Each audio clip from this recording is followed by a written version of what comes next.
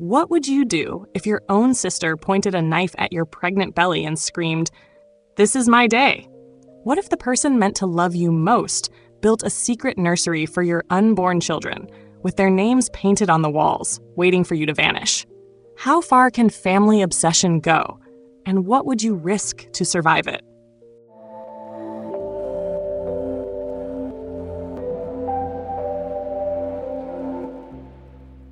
The knife at the garden party. I never thought the sharpest sound I'd ever hear in my life would come from a cake knife hitting porcelain. But it wasn't the knife alone. It was the silence that followed. The silence of 100 eyes fixed on me, on her, on the impossible spectacle of family collapsing under bunting and roses. People imagine breakdowns happening in hospital rooms, in darkened bedrooms, in empty kitchens. Mine happened under string lights, with champagne glasses sweating in the summer heat, at what was supposed to be my sister's happiest day. And here is the question that should haunt you as much as it haunts me. Why would a woman point a knife at her own sister's unborn children in front of every friend and neighbor? That's the riddle you'll carry as I tell this. Because the answer isn't just jealousy or madness or rivalry. It's something older, something stitched into the very fabric of my family. Something I'd spent my entire life pretending wasn't there. The day began like a portrait. Melissa, Lady Harrington to her society friends, was dressed in blush silk, her curls set with pins, her smile rehearsed. The garden was dripping in pink, the color of little girl dreams. Guests in linen suits and chiffon dresses clutched gifts wrapped in silver ribbons. From the outside, it looked like perfection. From the inside, it felt like a powder keg. I'd kept my own secret well hidden for weeks. A loose dress, careful angles in photographs, vague mentions of nausea. Daniel, my husband, squeezed my hand under the table as we arrived. He thought this day would be hard for me, watching my sister celebrated. He didn't know I had a plan. A cruel plan, perhaps. A plan that required timing, precision, audacity. A plan that depended on what was quietly growing inside me. The countdown began. 3, 2, 1. Balloons burst. Confetti rained pink. "It's a girl!" Melissa screamed, the crowd erupting with her. Flashbulbs snapped, and I felt the sharp bite of envy and triumph all at once. That was my cue, the moment I'd imagined 100 times, to announce my secret and take the spotlight from her. But my stomach twisted violently, and I barely made it to the bathroom. When I returned, pale and shaking, all eyes were already on me. I opened my mouth, and the words fell out, unplanned, uncontrolled. "Sorry?" The twins. 6 weeks, and I can't keep anything down. You could feel the room shift. Hands reached, voices gasped. "Twins? At your first pregnancy?" My aunt shrieked. Strangers I'd never seen before crowded around, asking questions, pressing hands to my belly, blessing me with wide eyes. And across the table, Melissa's face drained of blood. It was as though someone had slit her open and poured out every ounce of joy she'd saved for this moment. She whispered something at first, almost inaudible, then louder. "This is my day." People ignored her. They kept asking me about strollers, about nurseries, about whether twins ran in the family. I watched my sister's lips tremble, her chest heave, and I knew the storm was coming. She snatched the knife from the cake, raised it high, and aimed it at my swollen stomach. "You stole my life. You stole my babies. This is my day." And that's when the room shattered. Some screamed, some froze, some lifted their phones higher to capture the madness. My husband lunged, grabbing her wrist before the blade could descend. The knife clattered against porcelain, rang out like a gunshot, and spun under the dessert table. Guests backed away, whispers thick with scandal. Had we just witnessed attempted murder at a baby shower? I wish I could tell you the horror ended there. But no, that moment was only the beginning.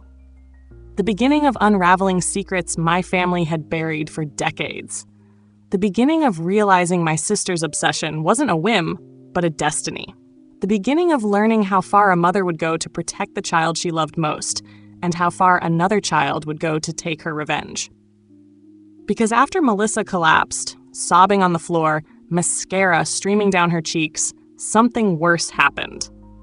My own mother crossed the room, not to comfort me, not to shield me or my unborn children.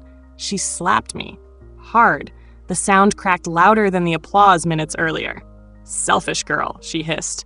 You can't let Melissa have one single day without turning it into your circus." The guests gasped. My cheek burned hot, but it wasn't pain I felt.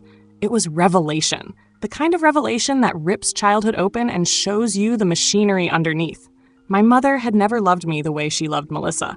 She had always tilted the scales. That night, the scales tipped too far and everything broke. What no one knew, what I barely admitted to myself, was that I had orchestrated this moment. I hadn't stumbled into pregnancy by accident. I had calculated it. 3 cycles to conceive before her shower, 3 months to grow just enough to show. I had wanted this. I had wanted her ruined. And for one glittering, terrible moment, I had succeeded.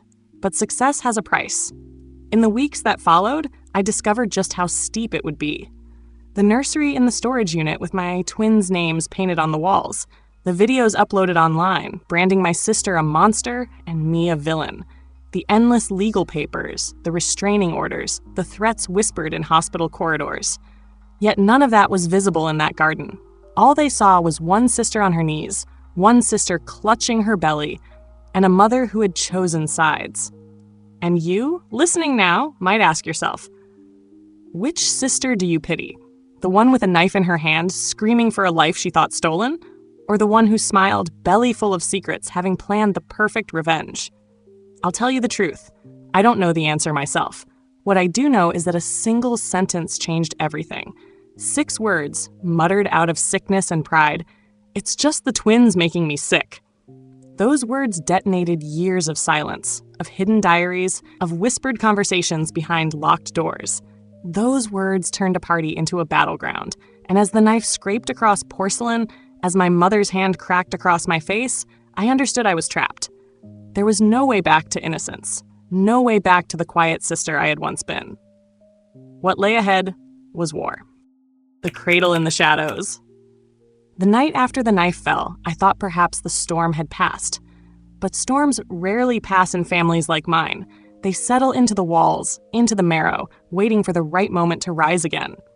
I remember the first tremor of dread not from a scream or a slap, but from the hushed voice of a detective standing in our living room, his notebook open, his brow furrowed. "We found something," he said. "You'll want to sit down." A storage unit. Row after row of corrugated doors, each padlocked, anonymous. And inside one, carefully arranged as if awaiting guests, was a nursery.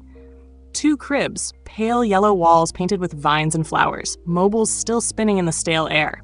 On one wall, in elegant cursive, the names of my unborn twins. My names, not Melissa's, mine. I couldn't breathe.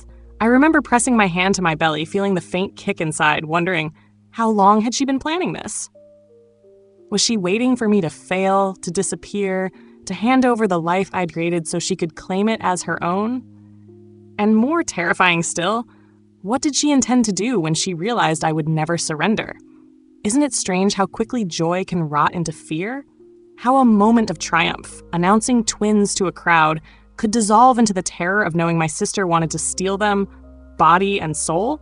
Daniel tried to dismiss it at first. "It's obsession, not a plan," he told me, his voice steady but his hands betraying him, checking every window latch twice before bed. "She's unwell. She's not dangerous."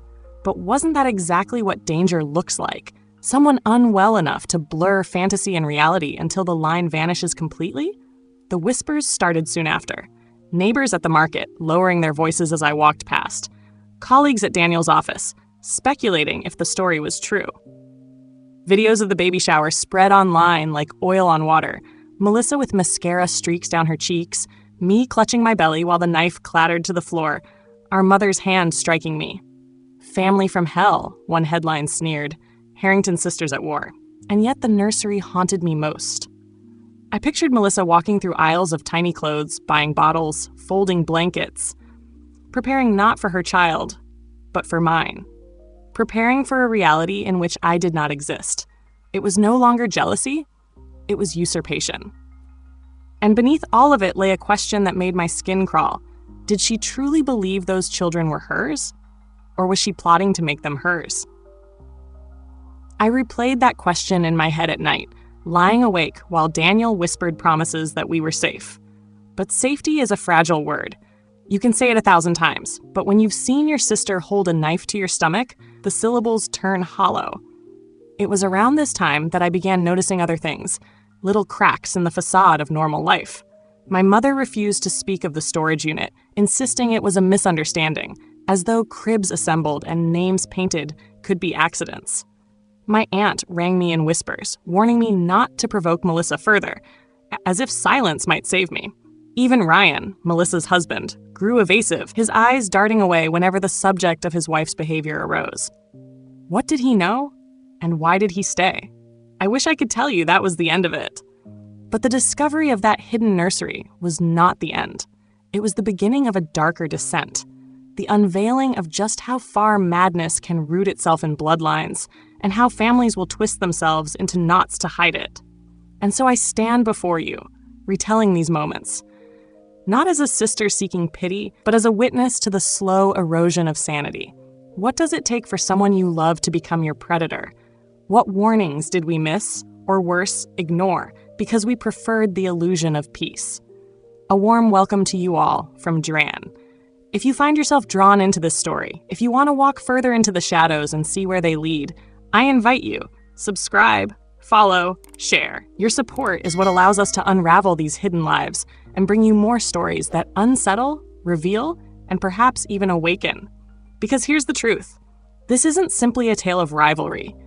This is a lesson in how darkness festers when families refuse to face it. And maybe as you listen, you'll start to question your own family history. What lies have been painted over with polite smiles? What obsessions have been excused as quirks? What rooms, literal or metaphorical, have been locked away, holding secrets that could destroy you? The cradle in the shadows was more than furniture. It was prophecy. A prophecy that my sister intended to live a life not her own, to claim children not hers, to rewrite history with me erased from the page. And though the world would dismiss it as madness, I knew better. Madness has patterns. Madness leaves breadcrumbs, and every breadcrumb led back to me. What would you do, standing before that painted wall with your children's names staring back at you? Would you run? Would you fight? Or would you, like me, realize with a chill that you'd been drafted into a war you never asked for, and the enemy wore your sister's face? This was only the beginning. The beginning of sleepless nights, of cameras installed on every corner of our house, of waking to the sense of being watched. The beginning of understanding that Melissa's obsession was no longer confined to parties or tantrums. It was building a world in which she was the mother of my children. And so the question lingers in your mind, as it lingered in mine. How do you fight an enemy who believes she is you? How do you guard against a thief who doesn't think she's stealing but reclaiming? Stay with me. Because what came next was worse than any knife. It was a campaign of terror waged not with steel, but with whispers, lawsuits, and betrayal. The nursery was only the first clue. The real horror was still waiting. Bloodline War. They called it a family meeting. In truth, it was a battlefield dressed up with chandeliers and polished cutlery. The Harrington dining hall had seen decades of banquets, deals, toasts. That night, it hosted war. Melissa sat opposite me in a cream dress that clung to her swollen figure. Her face was pale but carefully powdered, lips painted in a defiant smile. My mother perched at her side like a loyal sentinel. Daniel sat beside me, his jaw clenched, his hand pressed to mine under the table. Every fork, every glass, seemed to vibrate with tension. It began with accusations disguised as conversation. "You've always envied her," my mother said, eyes fixed on me. "You could never stand that Melissa shone brighter." I swallowed the bitter taste rising in my throat. Was this truly about who shone brighter, or was it about who was allowed to exist? Melissa leaned forward, sliding an envelope across the table. "I'm suing you," she said, her voice coated in satisfaction. "Intentional infliction of emotional distress, endangering my pregnancy. My lawyer says it's a strong case." Her nails tapped the envelope like a drum beat. I remember staring at the heavy cream paper and wondering, is this what sibling rivalry looks like when it grows up? Lawsuits instead of slammed doors? Subpoenas instead of hair pulling? But then Ryan, her husband, shifted in his chair. His hands trembled as he placed a cardboard box on the polished mahogany. His voice cracked as he spoke. "I found this," he said. Inside lay a notebook, leather-bound, scuffed at the edges. He opened it, page after page filled with my name. My name, scrawled again and again, surrounded by sketches of ruined cakes, toppled stages, crossed-out faces. And then on one page, 2 words repeated 20 times. Destroy Sarah. What happens in your mind when you see your own name written like a curse? Do you feel fear or clarity? Do you ask yourself if every ruined recital, every fainting spell at my milestones was not coincidence but design? That notebook was not diary. It was blueprint. Melissa's smile faltered as Ryan read aloud, his voice trembling. Prom night. Make sure she doesn't get the crown. Wedding day. Spill something on the dress. Graduation. Collapse front row. My stomach nodded. These weren't childish outbursts. These were calculated, planned disruptions. And still, part of me wondered, was she evil, or was she drowning in sickness so deep she didn't know which way was air? The room broke into chaos. My mother shouted that it was lies, that Ryan was fabricating, that he had always resented Melissa's brilliance. Daniel slammed his fist against the table, his face red with fury, demanding everyone look at the evidence. And I sat frozen, staring at those pages, each one peeling back years of denial. That was my moment of truth. I realized Melissa was not simply jealous. She was dedicated, obsessed. My destruction wasn't her side hobby. It was her life's work. And in that instant, a cold determination entered me. If she wanted war, I would no longer hide. The weeks after were filled with lawyers, motions, restraining orders. Every day, another envelope arrived, thick with accusations. And yet, every counter we filed made me stronger. My voice, once silenced under family pressure, grew sharper. I began to fight back, not only for myself, but for the 2 small lives inside me. But resistance came at a price. My body buckled under the weight of stress. At 24 weeks, contractions gripped me like a vice. I remember the sterile hospital lights, the rush of nurses, the metallic taste of fear in my mouth. Daniel's hand gripped mine as if he could anchor me to this world. And then, the cries. 2 infants, pulled from me, impossibly small, their bodies trembling but alive. My son and daughter, born into war. How many children enter the world to the sound of applause? Mine entered to the sound of gurneys, hushed prayers, the echoes of a courtroom still waiting. Even then, Melissa didn't stop. In the hospital corridor, I overheard her voice raised in fury, claiming the stress I had caused her was to blame for every complication she faced.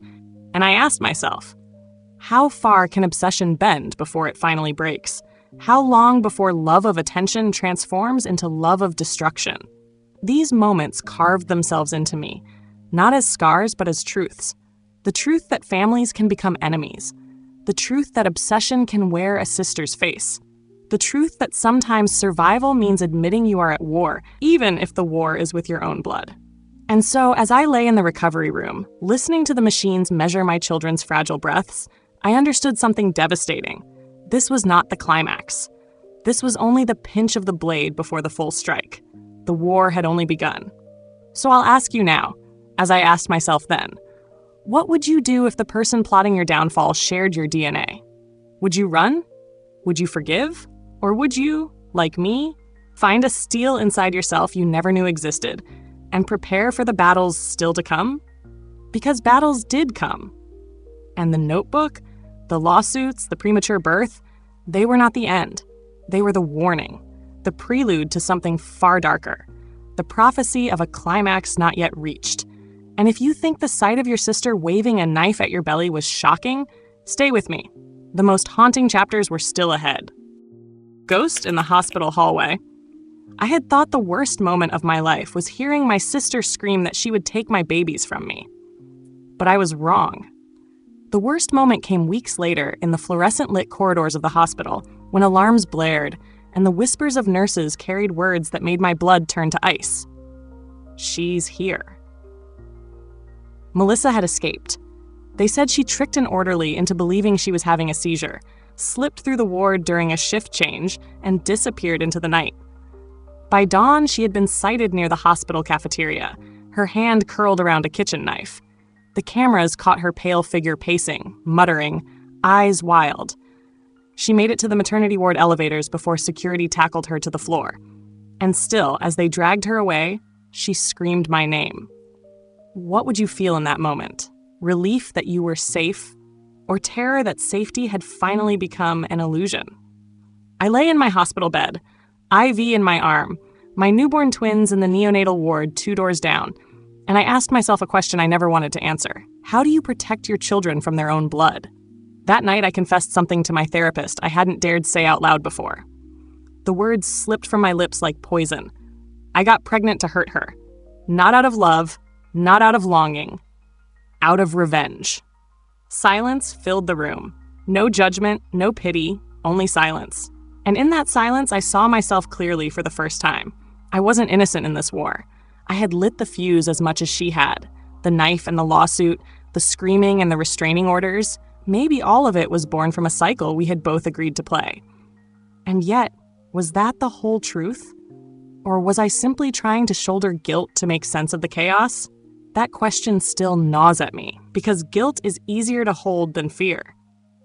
Melissa was transferred to a state psychiatric hospital after her escape, declared too unstable to stand trial. My mother begged the judge for mercy, insisting Melissa wasn't evil, only sick. But the prosecutor reminded everyone that escape takes planning, that wielding a knife takes intention. And for me, the most chilling detail wasn't the escape itself. It was the smile on her face caught on camera as she brandished that knife. It was triumph, not madness. And here lies the cruel twist. I wanted her gone, locked away where she could never reach me again. But I also wanted her to face justice, to stand in front of a jury and be forced to answer for every page of that cursed notebook. Instead, the court declared her unfit, and she was whisked into the shadows of treatment facilities, beyond my reach, beyond accountability. Was that safety, or was it a new kind of vulnerability? As my children lay in incubators, learning to breathe on their own, I wrestled with that contradiction. Some nights, I sat by their cribs, listening to the soft hum of machines, wondering if the glass was enough to protect them from the ghost that wore my sister's face. Some mornings, I watched the news, scanning for her name, half terrified, half hoping to see her fate sealed. Each headline felt like a knife edge. Buffalo heiress transferred to psychiatric ward. Court declares Melissa Harrington unfit. Family feud escalates into criminal investigation. But then came a moment I will never forget. Ryan, my sister's estranged husband, visited me at the hospital. He carried their daughter in his arms, tiny and delicate, wrapped in a pink blanket. He sat beside me, looked down at her, and whispered, "I can't raise her in this chaos. If anything happens to me, will you and Daniel be her godparents?" My heart tightened. Was this another twist of fate? That I would become protector, not only of my own children, but of the very child my sister had brought into this madness? The irony was bitter. To guard my children, I had to also guard hers. Could I do that? Could I love her child when she had sworn to destroy mine? If you've stayed with me this far, let me pause for a moment. If you enjoyed this video, please consider giving it a like. It may seem like a small action, but for us, it's a huge encouragement that fuels our passion to bring you even more captivating real-life stories. And this story is far from over, because while Melissa vanished into the cold corridors of state hospitals, her shadow still lingered. Letters began arriving at my lawyer's office, written in her jagged hand, alternating between apologies and threats. Some nights, Daniel swore he saw her car parked just outside the restraining order's boundary, headlights dim, engine off. Was it paranoia, or was she still watching? And then came the night I woke to the sound of glass breaking. My heart stopped. I rushed to the nursery, only to find Daniel already there, clutching a baseball bat, eyes wide. No one was inside. The window had cracked from the cold. But as I held my children close, rocking them back to sleep, I realized the damage had been done. Not to the glass, but to me. I would never again know the meaning of peace. The climax of our story was not the knife at the baby shower, not the lawsuit, not even the premature birth.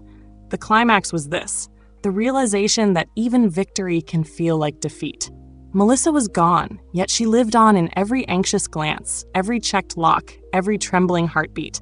She had achieved what she wanted most. She haunted me. So here I stand at the edge of this chapter, holding my children, loving them with a ferocity I didn't know I possessed, and asking you, what do you call survival when safety is an illusion? What do you call victory when the war never ends? Because the war was not finished. Not by far. The ghosts of family have long arms, and theirs were still reaching. And if you think this story has reached its final turn, you're mistaken. The darkest twist was still waiting. New beginnings in the city of rain. When we finally left Buffalo, the city looked smaller than I remembered. The skyline blurred behind the plane window, and I held both babies close, their breaths shallow and uneven against my chest. Daniel whispered about Seattle. Rainy mornings, quiet parks, a neighborhood where no one knew our names. He said it like a promise. I wanted to believe him. I wanted to believe that a new city could wash away the shadows of everything that had happened. But the truth is, you cannot escape blood. You can only learn to live with its ghosts. In Seattle, we moved into a house painted pale yellow, the same color as the nursery Melissa had prepared in secret. Except this time, the walls held no menace. Daniel filled them with laughter, with lullabies, with the hum of everyday life. And for the first time, I realized peace isn't a grand moment. It's the sound of your children's tiny snores at 3 a.m., the warmth of your husband's hand reaching for yours under the dinner table. Peace is small, and maybe that's why it's so precious. But peace does not erase memory. I still dream of her sometimes. Not the Melissa with the knife, not the Melissa screaming at baby showers or in courtrooms. I dream of the little girl who once taught me how to ride a bicycle, who pressed a crumpled Halloween candy into my palm when I dropped mine in the gutter. I wake up crying for a sister I may never have truly had, or perhaps lost too soon. And I ask myself, was she always broken, or did we break her? Was her illness the soil, and was our mother's favoritism the water that fed it? These questions don't have answers, but they linger like echoes in an empty house. Letters came, even in Seattle. Some written by her hand from the psychiatric facility. Half apology, half delusion. Some from lawyers confirming restraining orders, custody decisions, medical reports. Each envelope felt like a reminder that my story could never fully belong to me again. It would always be tied to hers. And yet, one afternoon as I sat at the park with the twins, watching them dig clumsily in the sandbox, I realized something vital. I did not need to untie myself completely. I only needed to write my own chapter with enough light that the shadows behind me looked smaller. When I posted the photograph of the twins laughing at the park with the caption, "The best life is one worth living," I didn't expect anyone to care. It wasn't for them. It was for me. And yet, messages poured in. Strangers saying the words gave them strength. Others confessing their own families had torn themselves apart in silence. That was when I understood the true lesson hidden in all the chaos. Stories, even the darkest ones, can heal when spoken aloud. If you've listened this far, maybe you feel it too. That tangle of anger and pity, fear and love, shame and relief. Maybe you're remembering your own scars, your own betrayals. Maybe you're asking yourself the same question I asked on countless nights. How do you survive the people meant to protect you? The answer is simpler than it seems. You survive by building new people, new homes, new stories. You survive by refusing to let their darkness define the rest of your days. I won't pretend it's easy. Even now, every doorbell makes me flinch. Every time the twins giggle too loudly, I catch myself scanning the street, afraid her face will appear again. Trauma doesn't vanish. It lingers like smoke. But with every passing day, it thins. With every breath my children take, it weakens. And with every step forward, it loses its grip. I want to tell you something. Not as a victim, not even as a survivor, but as a woman who learned too late that revenge cannot fill the emptiness of being unloved. If you are carrying hatred in your heart, if you are living to outshine someone else, I promise you this. It will consume you long before it destroys them. Melissa lived to ruin me, and in doing so, she ruined herself. I lived to wound her back, and nearly destroyed my own children in the process. But now, I live for them, for their laughter, their futures, their quiet mornings in a city far from Buffalo. And that makes all the difference. Sometimes I wonder what will happen when the twins grow old enough to ask. They'll Google their family one day, stumble across the videos, the articles, the court transcripts. They'll see their aunt's face, their grandmother's hand raised against me, and they'll ask, why? What will I tell them? Perhaps the truth, that families can love and destroy in the same breath. That blood is not always a blessing, that sometimes the only way forward is to build a new family from the ruins of the old. And perhaps that will be enough. This is where my story rests for now. Not in triumph, not in defeat, but in a fragile, precious balance between what was lost and what was gained. My children breathe, my husband laughs, my home is safe. That, I think, is victory enough. And if you take anything with you from this story, let it be this. Your past may shape you, but it does not own you. You have the power to choose to carve something better out of the brokenness. If I could rebuild a life after knives, lawsuits, betrayals, and screams, so can you. So I leave you with this question. What will you do with your pain? Will you let it poison you, or will you turn it into the foundation of something new? The choice, as it always has been, is yours. And maybe, just maybe, that's the truest ending of all. In the end, when the dust of every courtroom settled, when the last envelope from lawyers was filed away, when the crying in hospital corridors finally gave way to the soft breathing of newborns, what remained was not the chaos of Melissa's rage or my mother's betrayal. It was silence. A silence that demanded I reckon with the truth. The truth that families can fracture in ways no one imagines. That jealousy can grow roots deep enough to choke out reason. That even love twisted by obsession can become the sharpest weapon. And yet, woven through the heartbreak, there was another truth too. Survival. I learned that survival doesn't always look heroic. Sometimes it looks like sitting alone in a hospital bed, whispering to your children that they are safe, even when you are not sure. Sometimes it looks like signing restraining orders, moving across the country, starting over in a place where no one knows your name. Survival is not a grand gesture. It is 1,000 small choices to keep moving, to protect, to rebuild. And here is the lesson I carry forward, the one I hope you will too.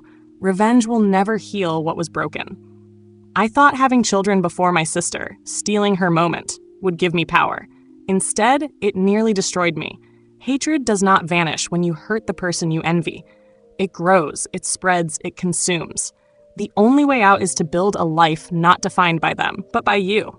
A life worth living not in opposition to someone else, but in devotion to your own peace.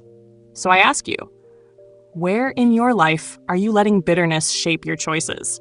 Where are you holding on to anger that is carving scars into you more deeply than into the one you resent? It is not easy to let go, but letting go is not about forgiving what was unforgivable. It is about reclaiming your own freedom. The way forward is not through retaliation, but through creation. Create the home, the friendships, the routines that bring light. Create space where darkness cannot thrive. If I can carry 2 fragile infants into a new life after the storms of betrayal and obsession, you can carry your pain into something new too. And if this story has stayed with you, let it be a reminder that your story matters as well. That no matter the betrayals, the fractures, the heartbreaks, you have the power to write the next chapter differently.